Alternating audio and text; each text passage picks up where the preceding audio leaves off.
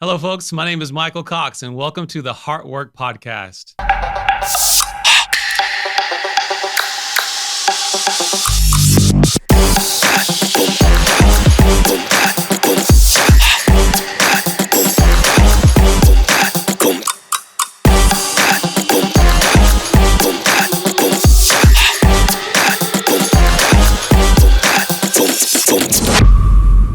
Today, we are talking about teens. Teens are going to be teens. We're going to talk about that today and work around it.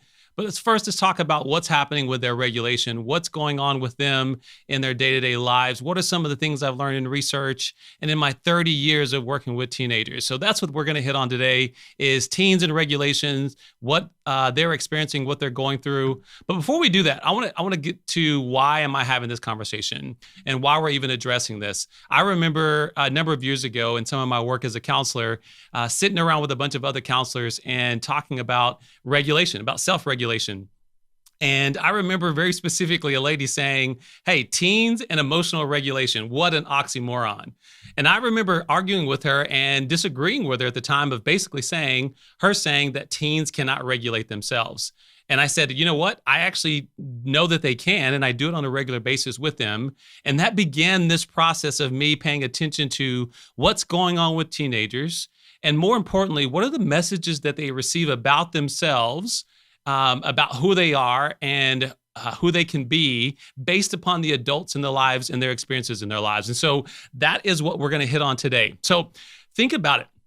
Much of what we do with adults, what happens with adults when they come into the therapy office or they're trying to address some issues, typically what happens is adults are trying to repair issues that happened in their adolescence or in their childhood. I can't tell you how many times I've sat in the office with an adult and they're trying to repair their childhood or deal with childhood issues.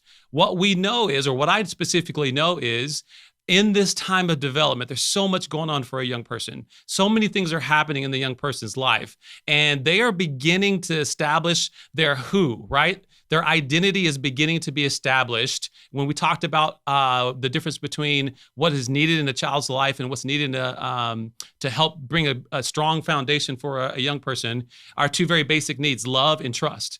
Love talks about identity. It begins to help a young person, an individual, begin to structure around who they are and how they can show up in this world. And if they don't feel loved, if they don't feel safe or trusted, they're going to do something with it. And so in this, we're going to talk about what are the messages, what are the things that they are experiencing in this time in their life, and what are they trying to do with it. And so my observation with teens has been a number of things. I've been in a number of different settings with teenagers, anywhere from working in churches, working into inner city, working in schools. I've been a teacher, believe it or not, and now a therapist for a number of years in many different settings in the mental health profession, working with teenagers. And one of the observations that I made, or I've been able to make, is that first of all, they're exploring who they are. They're supposed to be exploring who they are. They're at a time in their life where they're developing their worldview. They are trying to decide if what I believe and what I think, does it match what my parents think? And unfortunately, it's oftentimes that it may counter maybe what a parent has tried to teach them all their lives. And we're going to talk in the next episode about what that looks like for the parent. But this is what the teen is supposed to be doing. They're supposed to be exploring who they are, developing their identity, and a lot of that is shaped in their home. It is shaped with around the adults in their lives, maybe particularly the parents in their life. And that could be a single parent. It could be blended families. It could be mom and dad origin. Any of those things, they are exploring who they are and they're beginning to develop who they are. Preteens, we begin to see them developing their own opinions about the world and about themselves. And they're going to begin voicing those. They're going to begin putting them out there and testing the waters just to see, is it safe for me to explore who I am? So what would be some examples? Some examples of that is oftentimes I will see, and maybe this happens more specifically because I see a lot of Christian families, but young people are getting to a place where they're beginning to develop their identity around their faith.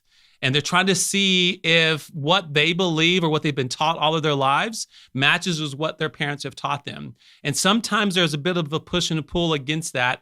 And what begins to happen is if they see that it's not safe for them to be able to explore that, to have a conversation around it, they're going to do a couple of things. They are going to either give some pushback, right? Some fight. Y'all have all heard about that stuff. They're going to try to control the situation. Or unfortunately, more importantly, what they're going to do is they're going to try to go find it in someone that's going to help them feel safe and feel loved. And so that unfortunately might end up being an audience that their parents don't want them to be around, but it's a basic need. It's a basic need to be loved. It's a basic need to feel safe and feel trusted. And if they can't do that in their homes of origin, they are going to go find it out. They're going to go look for it. I had the great opportunity a number of years ago, I think it was like 2019 into 2020, to do some work with a group of students at a private school in Canada, of all places, and the faculty with them. And stepping into this work, I began to ask them questions about definition of terms like, what does love mean? How do you know you're safe? Let's begin to, I put some terminology to what you're feeling and experiencing. And maybe like many of you, what I walked into this process thinking was, they're going to talk a lot about what their experiences are with their peers, peer pressure, trying to fit in, all these different things is what they're going to bring to the table. As we begin to put some definition around this concept of feeling loved, their identity, feeling safe, is it trust safe within their relationships, the number one place of all of these students that I worked with and then continued to do some of the research after that, the number one place that I began to see these young people stating what they were experiencing was with their families of origin, the people that were the authorities in their lives, particularly their parents. They were bringing issues about when they're experiencing difficulty, what's happening within their homes. None of them brought up any information about their experiences with their peers. They all brought up relationships with their parents. And they began to say things like, I don't feel heard. I don't feel seen. I don't feel like I have a voice. I don't feel like I'm known. I don't think I have any control over what I get to do. All of these things that are like very foundational for them, they begin to voice these things and saying, this is what's going on with me internally. And so I would ask them, what do you do with it? You see things like, I'm lashing back at them. I'm talking back. I just go to my room. I do whatever I can to get away from them. And so what we begin to see from my therapeutic lens, working with them, we begin to see young people learning that the way to deal with their issues when they don't feel loved, when they don't feel safe, is either to fight back, it is to withdraw, it is to shut down, is try to go find it somewhere in an unhealthy place. And in that, they're building patterns that are going to carry on with them into adulthood. But what was most surprising was the fact that they begin to experience this within their own families. It wasn't anything to do with external influences. I know right now kind of the popular thing is you will read a lot of information that's out there around young people and anxiety and the heightened levels of depression and all those things. And all those things are happening. But what I think happens is we do an external blame to everyone else. More particularly, we talk about what social media is doing. We talk about what the internet is doing, all these different things that are impacting our children, which they are. Hear me, they are. But more importantly, I think what we're not having the conversation around is what is happening within the homes where they live, where they do their day-to-day life. What messages are they developing about themselves within these places of origin?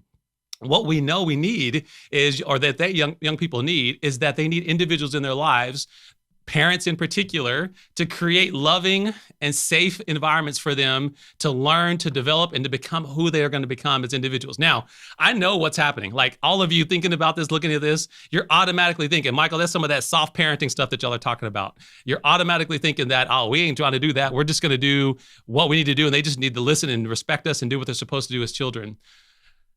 I hear you. Like, I get it. But what is maybe the problem there is what we're going to talk about next week about you as a parent and what's happening. We forget potentially what is the message that's being received from a parent or by a child from a parent or a caregiver that is saying, how are you loved? What does it look like for you to feel safe when we aren't creating environments where there's freedom to do that? And so they are asking. They're asking for this and they're seeking it. And when they can't get it in the home, they're going to go find it somewhere else. Now, something else that's probably a little more controversial is they deserve this. They deserve love.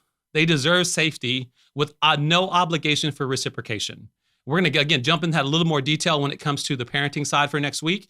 But there's no demand. They didn't ask to be in this world. They didn't ask to be your children. But what they do deserve is for us to love them, help them develop who they are, and to maintain an environment where they can explore that and develop that.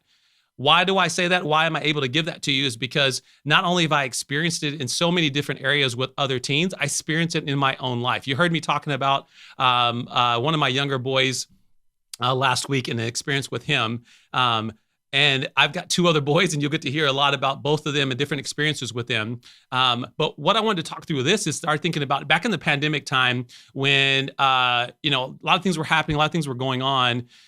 And we heard a little bit about the Floyd instance and racial issues going all over the place, and experiences with my brown boys and all these different things that are happening. And I remember getting on, even on Facebook at one point, talking about some things around identity and who am I teaching my boys to be and all these different things. And I remember a very pointed conversation and even bringing my boys in and talking to them and about who they are and what's happening, what they're experiencing, what do they see with me. And something that clicked for me that I think began to resonate with them in the conversation we began to have was I wasn't there to create new Michaels. None of my boys are named Junior. Anybody that's a junior, this is not a knock on you, but none of my boys are named Junior because I am not seeking to replicate who I am in them. I'm not trying to create new Michaels. And what I began to feel from them was realize if at any point, if I'm trying to push them to be like me, I'm going to get pushed back. They're going to find their way. They're going to go find a way to try to be who they are and how they explore this world and how they get to show up in this world. And unfortunately, it could be that is found in a very unhealthy way. And so that's where if they don't have an environment where they can feel like they can flourish and they can explore who they are. Again, some of you that like to read maybe into things, I'm not saying explore into who they are and you create an environment where they can go do whatever they want to. However, you got individuals in your life that are young people, anywhere from 10 years old and older, who are trying to figure out who they are and what they're about. If they can't feel like they can do that in your home and figure out, understand that it's safe to ask you questions, that it's safe to be able to explore, they're going to go find a way to find who they are. Another reason or example of that, is I've worked with a number of different families, and I've seen this scenario in many different situations where maybe you have a young person who is trying to figure out where they are politically, or maybe they're trying to figure out where they are with their sexual identity. And they know, right? They may know in a home that it's not safe to have a conversation about sex or have a conversation about who they are and what they believe about something. And so they don't say it. But then what they're going to do is they're going to go look for it. They're going to go look for it in someone that's accepting to them. They're going to go find a group of people that want to engage them. And unfortunately, it may not be in a healthy way. So when I talk about teens being teens, they're in a place where they're supposed to be learning who they are. They're supposed to be developing their identity. They're supposed to be working on all of those things in their life as part of the development. But they are also looking to the adults in their lives, trying to figure out, how do I handle this? What do I do with this? And more importantly, who am I and am I safe? So if in the lives of these young people, we aren't the adults that can establish that for them, they're going to go find it somewhere else. Teens are going to do what teens are going to do. So tune in next week, if you would, to hear a little bit more about what the adult responsibility is in this. And we're going to go into a lot more detail with some of these things as we continue the podcast.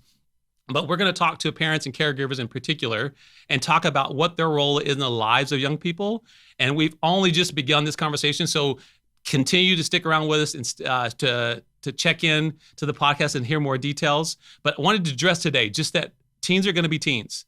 And a lot of the opportunity that adults have in their lives right now is to help establish who they are in a healthy, strong way because they're looking for it. They're desiring it. They want it. So we get to be a part of that. And they're going to go find it somewhere. If you don't want the internet to be it, the person to establish it, you become that. Tune in with us next week into the podcast to learn more about that from the parent or caregiver perspective. Also, just remember, share this episode with all of the people out there. We need the information out there. We need others to hear and to be a part of this. Follow us on Instagram.